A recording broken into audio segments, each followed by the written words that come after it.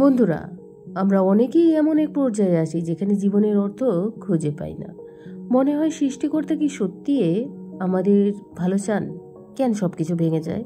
কেন সম্পর্ক টেকে না? কেন স্বপ্নগুলো ছিন্ন ভিন্ন হয়ে যায়? আজকে তোমাকে আমি এক মেয়ের গল্প বলবো, নাম তার আয়েশা। এই মেয়েটার গল্পে তুমি হয়তো নিজেকে খুঁজে পাবে।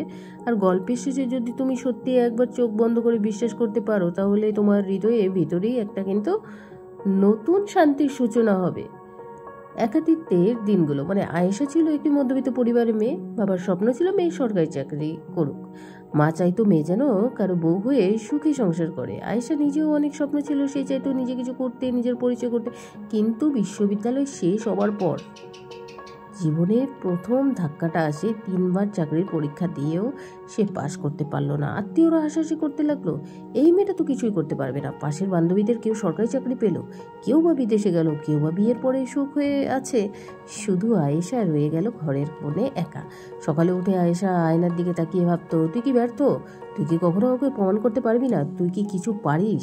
সেই রাতের পর রাত কান্না করতো, কিন্তু কারো বলার মতো সাহস ছিল না। ভালোবাসা ও ভাঙচুর।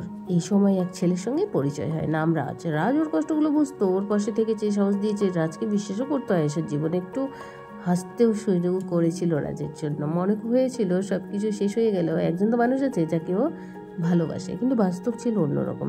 6 মাস পর রাজ বলে বসলো, তুমি তো জীবনে সেটেল হলে না। আমার পরিবার চায় না আমি এমন একটা মেয়েকে বিয়ে করি, আমাদের যেন ভবিষ্যৎ নেই, এমন মেয়েকে আমার পরিবার চাইছে না। এ কথা শুনে আয়েশা তো ভেঙে পড়ে। ভালোবাসাও মিথ্যে, বিশ্বাস করাটাও মিথ্যে, ভুল ছিল। এমন প্রশ্ন, তার ভেতরটা পোড়া মাটির মতো শুকিয়ে গেল।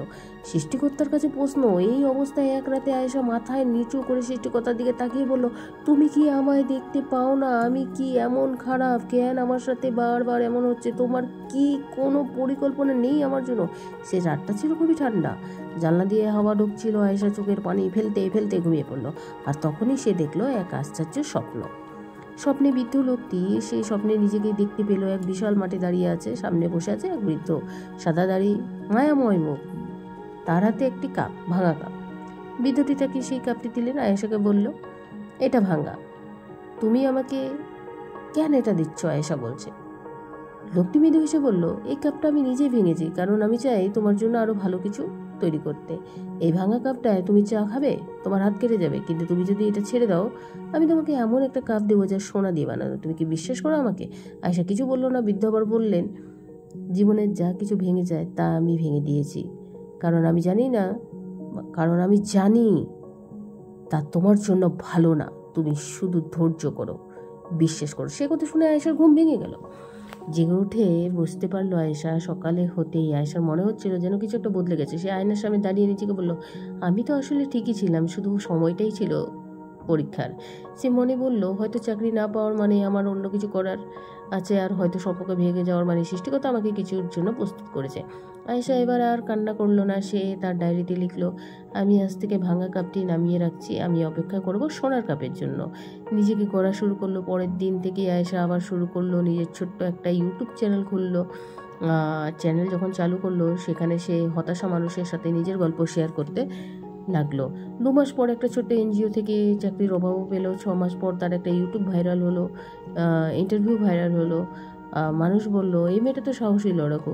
আয়েশা এখন দিন শুরু করে এই দোয়ায়, হে সৃষ্টিকর্তা, তুমি যেভাবে চাইবে আমি সেভাবেই জীবন মেনে নেব, কারণ আমি জানি তোমার পরিকল্পনা আমার চেয়েও সুন্দর। যেখান থেকে শুরু হয়েছিল আয়েশার জীবন, এখন সমস্যা আসে, কিন্তু সে আর ভেঙে পড়ে না, কারণ সে জানে কিছু ভাঙছে মানেই তো শেষ নয়, হয়তো এক নতুন সূচনার ইঙ্গিত।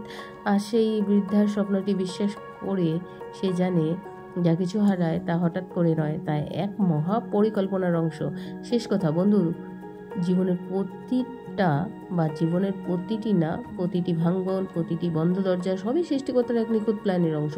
তিনি জানেন তুমি কোথায় কাঁদছো, কোথায় ভেঙে পড়ছো, কিন্তু তিনি চান না তুমি বিশ্বাস করো। তিনি তোমার হাতে সোনার কাপ তুলে দিতে চান, যে তুমি আসেই সেই কাপটাকে নামিয়ে রাখতে পারো। তুমি শুধু বলো, হে সৃষ্টিকর্তা, আমি বুঝিনি তখন, কিন্তু আজ আমি তোমার পরিকল্পনা মেনে নিয়েছি, আর আমাকে তুমি যেভাবে তৈরি করেছো আমি সেভাবেই চলবো। সেই মুহূর্তে বা যে মুহূর্তে তুমি এটা বিশ্বাস নিয়ে চলবে, সেই মুহূর্তে তোমার জীবন হতাশা, ভয়, কষ্ট সব কিছু বদলে যাবে এক অদ্ভুত শান্তিতে।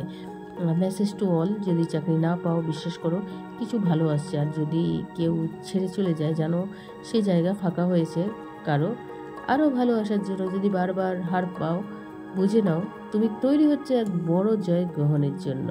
তো বন্ধুরা, আজকে আমার ভিডিওটি তোমাদের কেমন লাগলো একটি লাইক অবশ্যই করে দেবে, আর পাশে থাকা নোটিফিকেশান বেলটিকে অবশ্যই অন করবে, তাহলে আমি কাল কী ভিডিও দিচ্ছি তোমরা সেটা জানতে পারবে।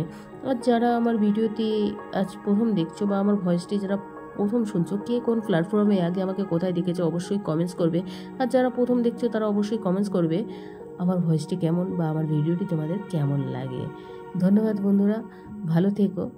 Thanks for watching.